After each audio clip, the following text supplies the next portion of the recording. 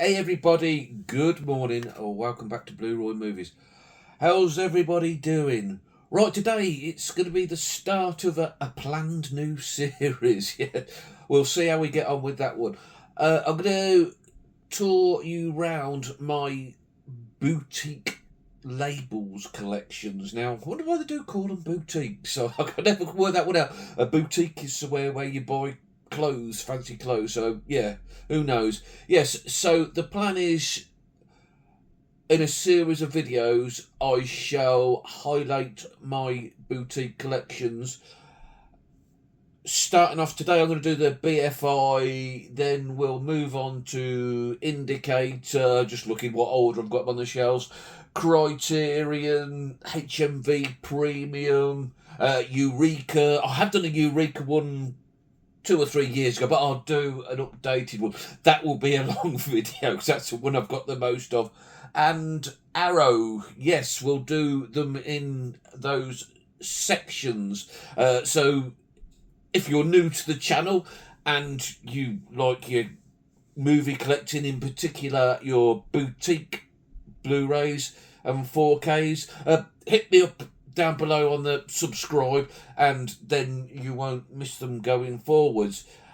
Yes, so I thought I'd start today with the BFIs, as Rare Waves have got a sale on at the moment, and I've just checked actually just before recording, and it's still ongoing. They've got some great prices, so if you see something up on my BFI collection that tickles your fancy, maybe you can head over to Rare Waves site. And I'm not a sponsor or anything, but the BFI a fantastic label, and you might be able to grab yourself a bargain. I've got like 3 or 4 so far, a couple on the way, £6-7, and if you buy 2 it's free postage, so a win-win situation. Yes, so I shall run the credits, turn the camera around, and we'll have a look through my BFI collection.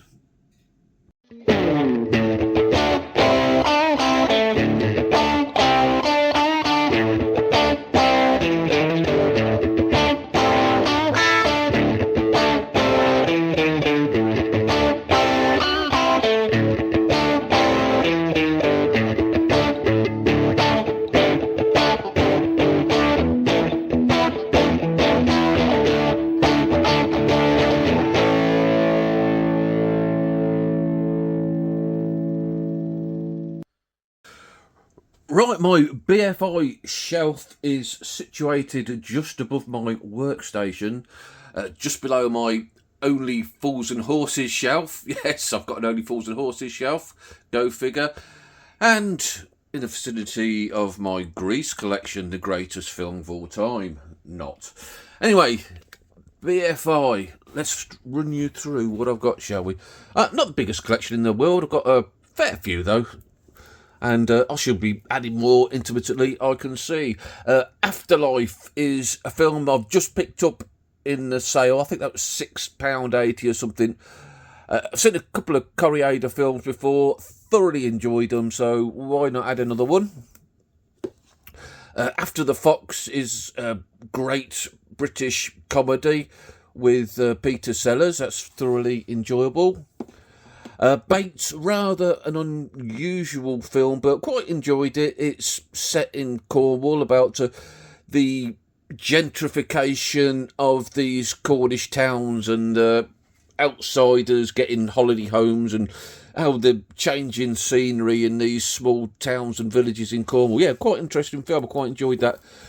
Battleship Potemkin, a fantastic Russian silent film, really groundbreaking. Haven't watched this copy of it yet.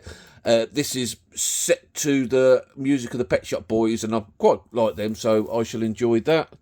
Another good British comedy, Battle of the Sexes, great cast, Peter Morley, Constance Cummins. Haven't seen much of her in, but I've thoroughly enjoyed what I have. Donald Pleasance, Brannigan, one of John Wayne's later films where he comes to London. The Black Panther, really favourite of mine, about the true story about a guy who was going around robbing post offices in 70s Britain, and it was becoming more and more violent. Comes a Horseman. I have watched that. I don't remember much about it, actually. So, and it weren't that long ago, so obviously it didn't resound me too much. I seem to remember enjoying it at the time. The Crying Game. That's another great film. Neil Jordan directed, and there's a twist in this, and it may well be my favourite twist in films. My flabber was gasted when this twist happened. So if you've watched it, I won't give it away. If you've watched it, you know what I mean. Absolutely incredible. A Dry White Season, another good film set in South Africa with Donald Sutherland. This one I picked up not long ago, Not Got To, Eclipse. It's a film set in a British seaside town, which is something that really resonates with me as a film.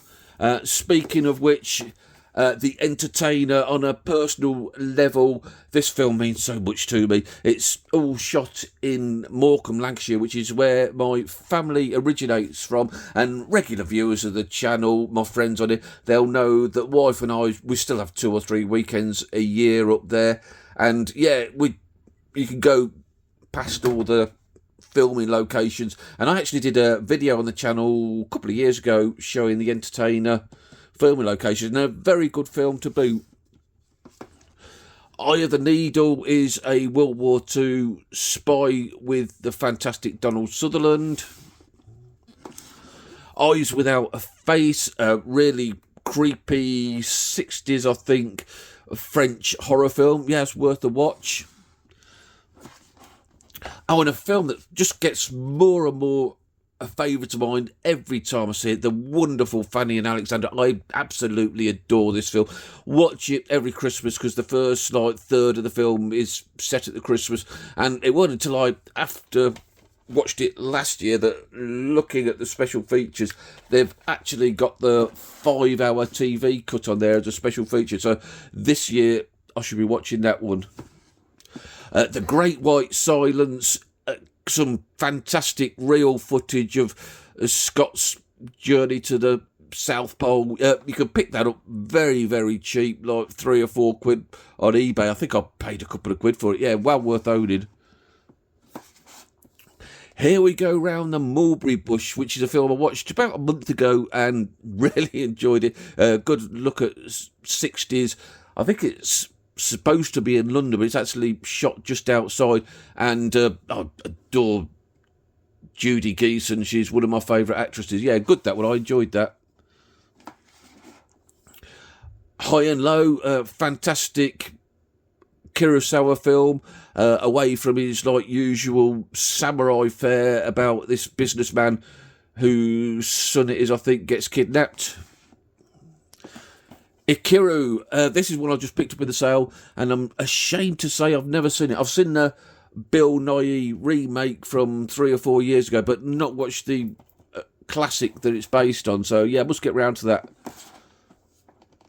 Invasion of the Body Snatchers. This is the 50s version, directed by Don Siegel, which I like it as much as the 70s one, to be honest. Most people prefer the 70s, but I hold them on an equal par. Yeah, love that one.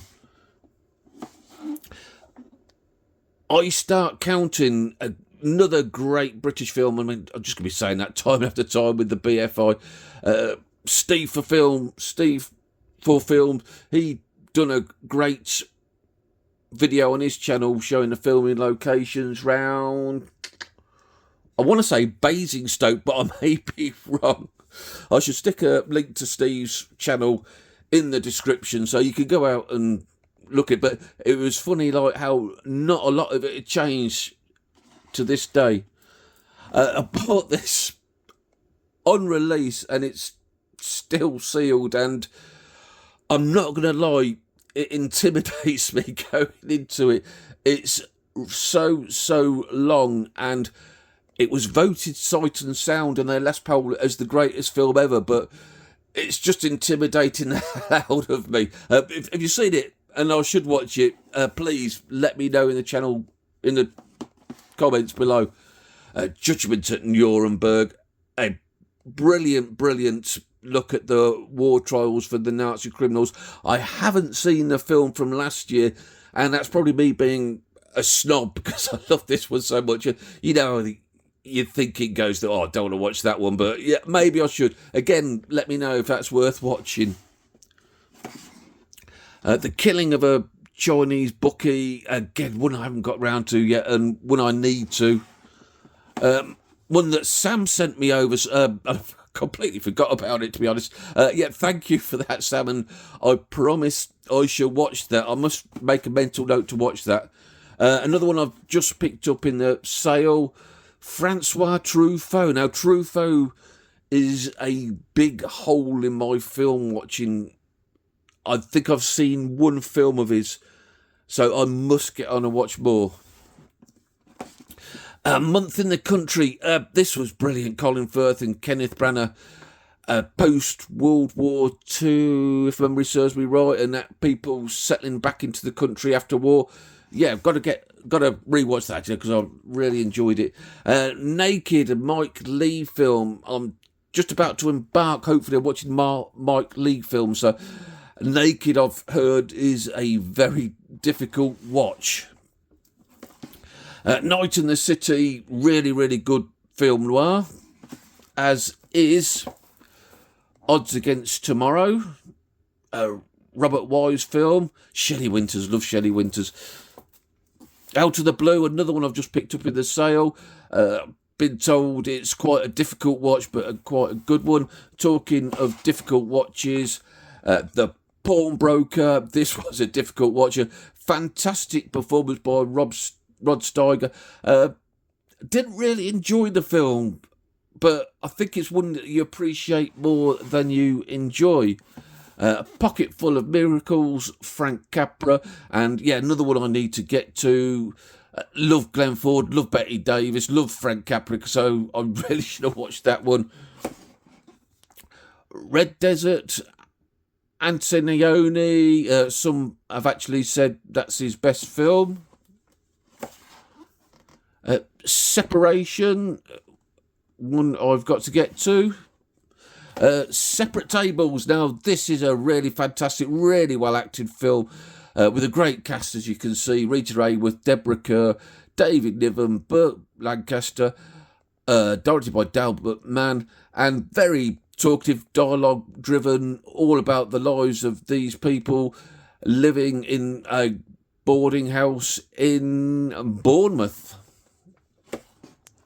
Tokyo Story, which I thoroughly enjoyed, and I'm ashamed to say it's the only Ozu film I have watched. I really must watch some more Ozu because I've only heard very good things, and the Tokyo Story was fantastic. The Wages of Fear, one of my favourite films, so tense, so sweaty palms. A lot of people sing the praises of Sorcerer, the Friedkin film, but this Henri Georges Clouzot, who everything I've said from Clouzot has been fabulous, just knocks spots off it for me. Absolutely wonderful film. Now, I don't do much animation, but When the Wind Blows from Raymond Briggs is brilliant about this couple and the aftermath of a nuclear strike in Britain and their life. I think they're in Yorkshire, and how they react to it, like they want to just like drink tea and they think it's all going to blow over sort of thing, but they get iller and iller through radiation poisoning, and yeah, it's a very difficult watch, but a very good watch. The Yojimbo and Sanjuro double bill 4Ks, two Kurosawa absolutely fantastic masterpieces. Let's just skip ahead one. And then you've got the Seven Samurai set, again, BFI 4K. Looks wonderful and just a groundbreaking film. Often imitated, never better in my opinion. And then we've got the Marlene Dietrich box set. This has got Seven Sinners, The Flames of New Orleans, The Spoilers, and Pittsburgh, which I will say None of them are top tier Dietrich. I love Marlene Dietrich. I think she's fabulous. None of them top tier films. God, they're dusty. But they're all very watchable, and you can pick that box set up for quite a reasonable price, I think. And we'll finish off the video with my favourite thing in my BFI collection, the Herzog collection. I absolutely adore Herzog. I think his films are fantastic. I adore his films with Klaus Kinski. There were two absolute nutters that were just made to make films together. Yeah, have a look there. You can see all the different films on it. I don't think it's not that cheap, I'm going to admit, but for me, worth every penny. Actually, my lovely wife, she bought me this for a Christmas present about 3 or 4 years ago. And yeah, one of the best things in my collection. I absolutely adore this set and would urge anybody to pick it up. The front cover there from Fitzcarraldo, which is a work of art of a film, an absolute masterpiece, where Herzog dragged an actual boat up an actual mountain to make a film. Yeah, it would all be CGI these days, wouldn't it? So, yeah, appreciate your real filmmaking. And that's what BFI do. And that is why they are so incredible. And that's why I shall keep adding and adding to my BFI collection. So that's it. That's the BFI collection done. Thanks ever so much for watching. Give me a thumbs up. They reckon it helps the channel. Just been loving the way the channel's been going. Loving the interaction from you guys, which is my favourite part of doing the channel. So don't forget to leave a comment down below. We could have a chat. What's your favourite BFI releases? Are you picking anything in the sale? Have a good rest of your day, and I shall see you at the weekend for the weekly watches. Signing out. Sayonara.